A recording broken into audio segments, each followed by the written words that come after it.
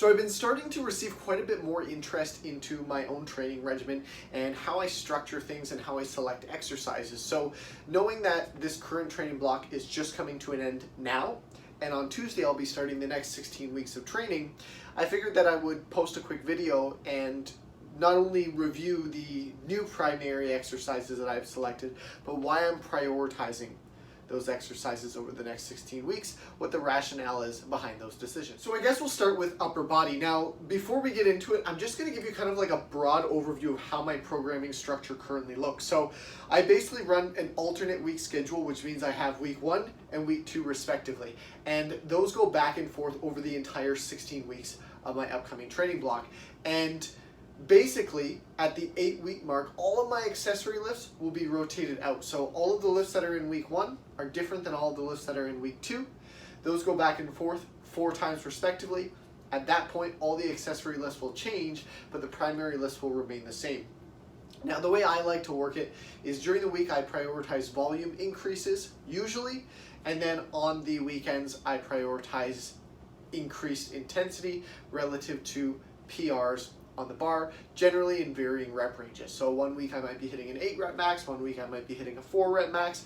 I tend to mix and match the rep ranges because psychologically I find that it's a little bit easier for me to continue forward than trying to run a straight linear progression relative to like 5 sets of 5 reps and then add 2.5 pounds, which works, but when you start to get pretty strong on certain lifts, it really starts to wear on you mentally. So knowing as much, that means I'm going to have 4 primary exercises for upper body. I'm going to have 2 in week 1 and I'm going to have 2 in week 2. In no particular order, one of the first upper body lifts I'll be prioritizing is the floor press. And my reasoning behind this is because if you were to look at top level raw benchers, their floor press tends to be very close to their top end bench. So in the gym, my touch and go top end single is a 345 for 1. My floor press, I've never really worked with more than 265 or 275. That's a significant gap between the 2 top end lifts. So knowing as much, my mindset, as often is in programming, is if I increase my floor press and drag out those progressions and push it as far as I can, likely I'll experience relative carryover to my bench. I'm constantly looking for holes in my exercise selection, exercises that are lagging, because oftentimes they're going to highlight weak points that you could prioritize, and assuming that you take the time to prioritize them and bring them up, they'll close those gaps in your training and allow you to continue to progress on those other exercises that are starting to hit walls. I'll also be incorporating a traditional bench press hand placement, if you will, with the earthquake bar. So basically, what I've been doing in my programming up to this point is I've had the close grip bench press position on the earthquake bar, and I've used it as a tricep accessory lift. Basically because I was feeling out the bar itself and seeing where my strength level was. And now that I've started to taper the reps down more into the 8 to 12 rep range, I kind of have a general idea of where my normal bench should be, because my close grip bench is about 90% of my traditional bench. So I'm assuming, assumptions aren't always the best way to play, that my close grip earthquake bar is about 90% of what I can actually do on the earthquake bar. So I'll simply ramp the percentage up accordingly, and that will be my starting point, considering the bench press with that bar as a primary lift. Now, it's important to understand that the close grip earthquake was used as a tricep accessory, so it was much deeper into the workout and fatigue had already set in.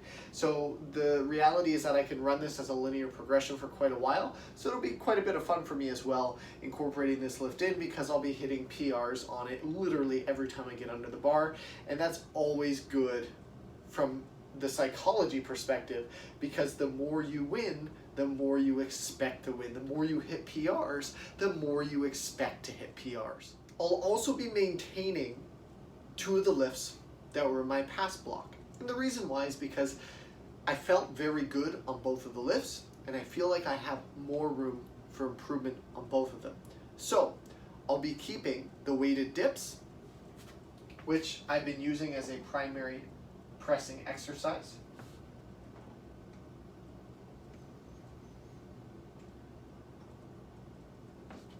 As well I'll also be keeping the incline bench.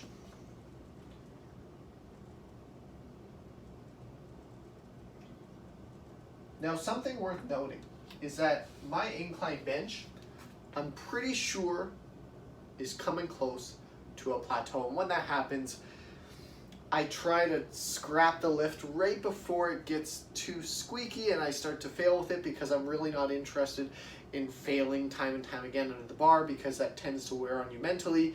And just as I mentioned, when you win all the time, you expect to win. When you hit PRs, you expect to hit PRs. Similarly, if you start failing under the bar all the time, you start to get a little bit nervous on that lift. So I want to spend as much of my training as possible winning under the bar. So the incline bench, likely this will be the last training block that it exists in for the foreseeable future, because it is starting to get a little bit tired. But that's not to say that prioritizing and bringing up these two lifts isn't going to contribute to me blasting through some plateaus.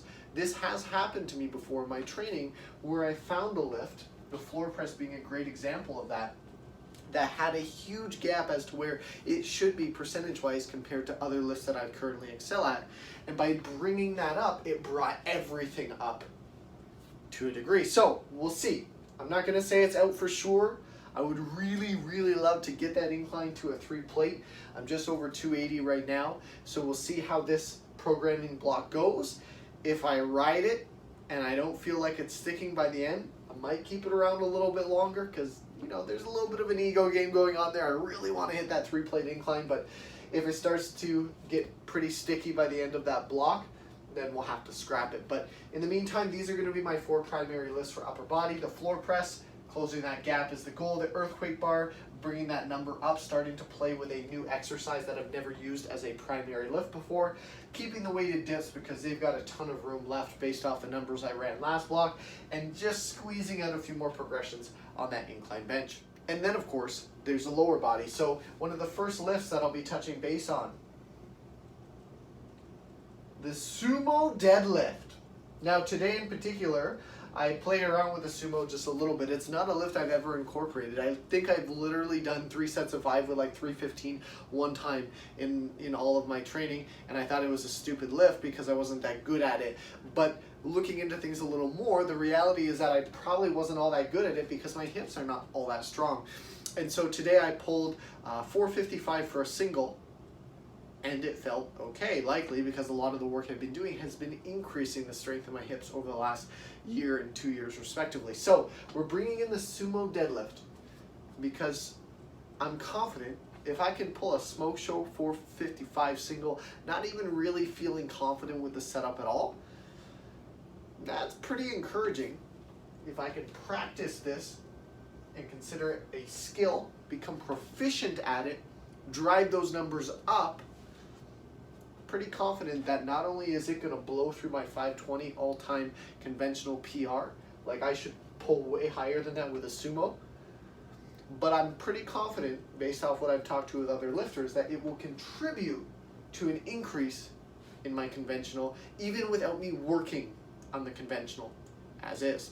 One other primary pull that I'm going to be incorporating is going to be off of a deficit. I'll be doing a little more volume work off of the deficit, 3 sets across, and this will alternate back and forth. So it'll be a conventional pull off of the deficit, about a 1.5 inch.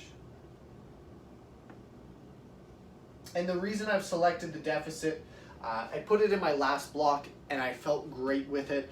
I definitely, first off, I have so much space left in my deficit. Like I'm just pulling 435 for a single is the most I've ever pulled off the deficit, and it wasn't very hard. I'm very conservative with my numbers moving forward. I'm not in a rush. I want training to be fun. I want to lift until I'm 90. I don't want to burn out in 2 years because I beat my body into pieces. But the deficit has a lot of space to further develop, but also one of my weak points, for those of you who have paid attention, is getting the bar off the floor. Assuming I can get that bar, get the weights clear of the floor, I can usually pull through. I have a very strong mid and upper back, and I'm willing to fight with the bar if I have to. But if I can't get that bar off the ground in the first 2 or 3 seconds, I'm not moving that bar. It's going right back down. So pulling off a deficit has really been helping with my ability to get the weight off of the ground So we're going to keep that in and continue to prioritize that weak point until I overcome it and something else in the lift becomes the weak point, maybe the lockout. And then of course there's the squats. What I'm going to be prioritizing for squat variations this block. So what I'm going to keep in is my volume work on the low bar squat. And what I mean by that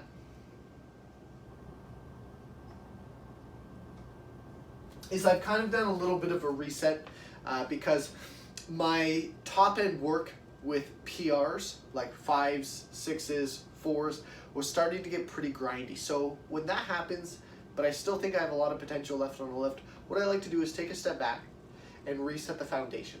So I'll lower the weight, maybe 30%, but I'll recalculate out the volume and I'll start building the volume about 2% per workout. So sometimes I'll hit a 0.8% increase in volume or a 1.6% increase in volume, depending on how I can play the math. But the intent is to weekly increase the weight and consider the relative rep and set ranges so that as the weight increases, the reps are coming down, the sets might be coming up slightly, but each week I'm increasing that volume little by little, and I found that really helps me build more muscle and build that foundation of confidence and proficiency with the lift. So that's going to be my aim here. It's not necessarily to hit big weights, but just to build up that foundation of volume, and that will contribute in the next block to me being able to run some big weights again. So I'm excited to continue forward with that. I'll also be doing SSB squats to an 18-inch box, which I've never done.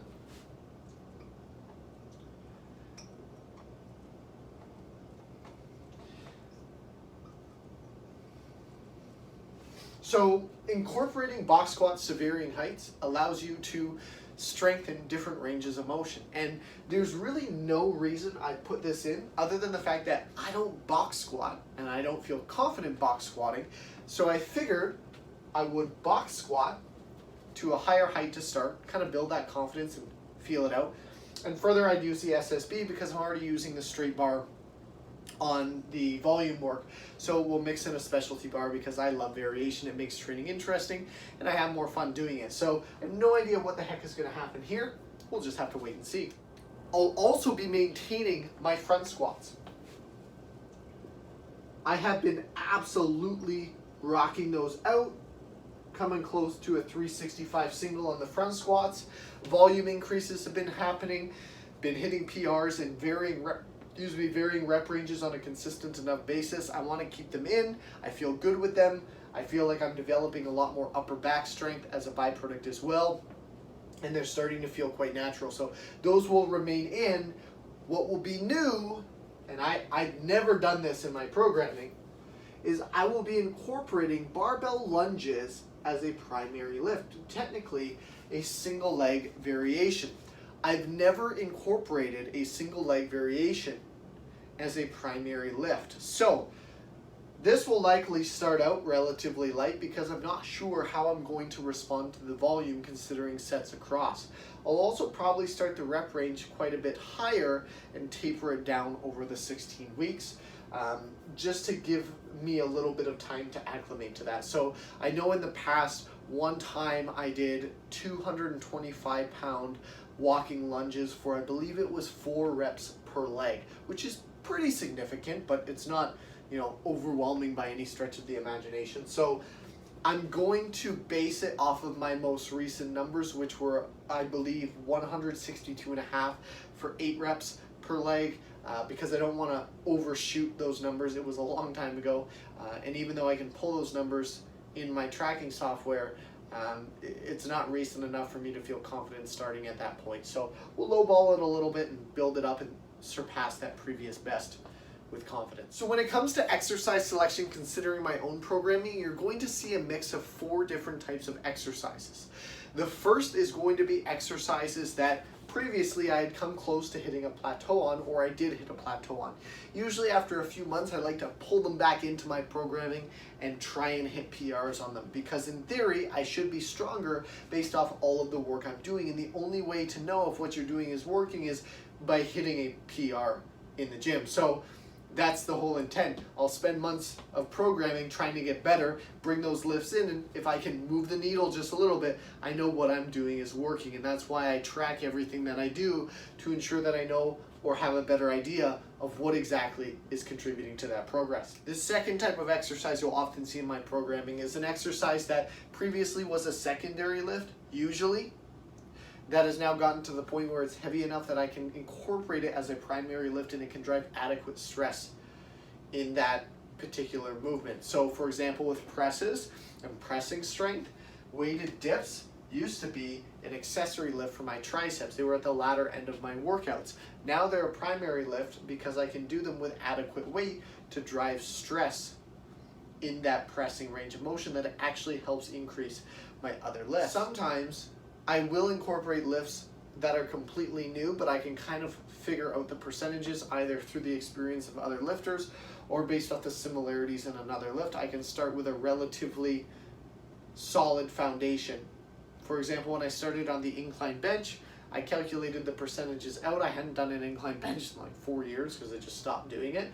And so when I brought it in, I based off the percentage of other lifters and their experience compared to their flat bench, then lowballed it by about 10% and started from there. And that set the foundation for me to move forward and apply adequate stress from day one. So that's the second type of lift you'll find. The third type of lift is going to be exercises that are targeting a specific weakness in my range of motion or a sticking point that I'm struggling with.